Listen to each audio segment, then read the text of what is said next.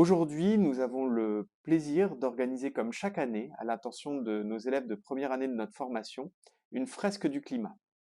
Cette manifestation s'inscrit dans la volonté de l'école de former des ingénieurs responsables, c'est-à-dire qui intégreront les considérations éthiques, sociales et environnementales dans le développement de leur innovation.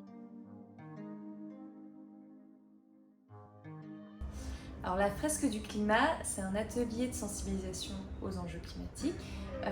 Le déroulé, c'est 4 parties. La phase d'acquisition des connaissances, où on va avoir les 42 cartes, dont chacune est une représentation d'un des éléments du changement climatique et qu'il va falloir replacer de gauche à droite des causes aux conséquences du changement climatique. La deuxième partie, qui est la phase de créativité, c'est une phase durant laquelle les participants et les participantes vont pouvoir illustrer la fresque, lui donner un titre, retracer les liens entre les différentes cartes qui font en fait les liens de causalité. Il y a une troisième partie qui est la phase d'accueil des émotions. Chaque participant et participante vont pouvoir partager ce qu'ils ressentent à l'issue de la fresque.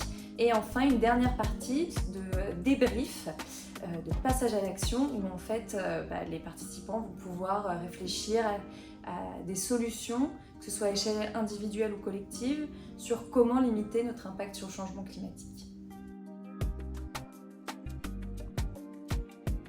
Je trouve que c'est vraiment éducatif dans le sens où on est avec tout le monde, on est avec beaucoup de gens et on discute en fait. C'est pas on est tout seul devant notre feuille ou quoi, on est vraiment ensemble à discuter d'un problème et donc je pense que quand on parle, quand on discute avec les autres, on se rend compte beaucoup plus facilement et mieux des problèmes et des vrais impacts que ça a et en même temps c'est un bon moment quoi, genre c'est moins scolaire on va dire, je pense que c'est mieux.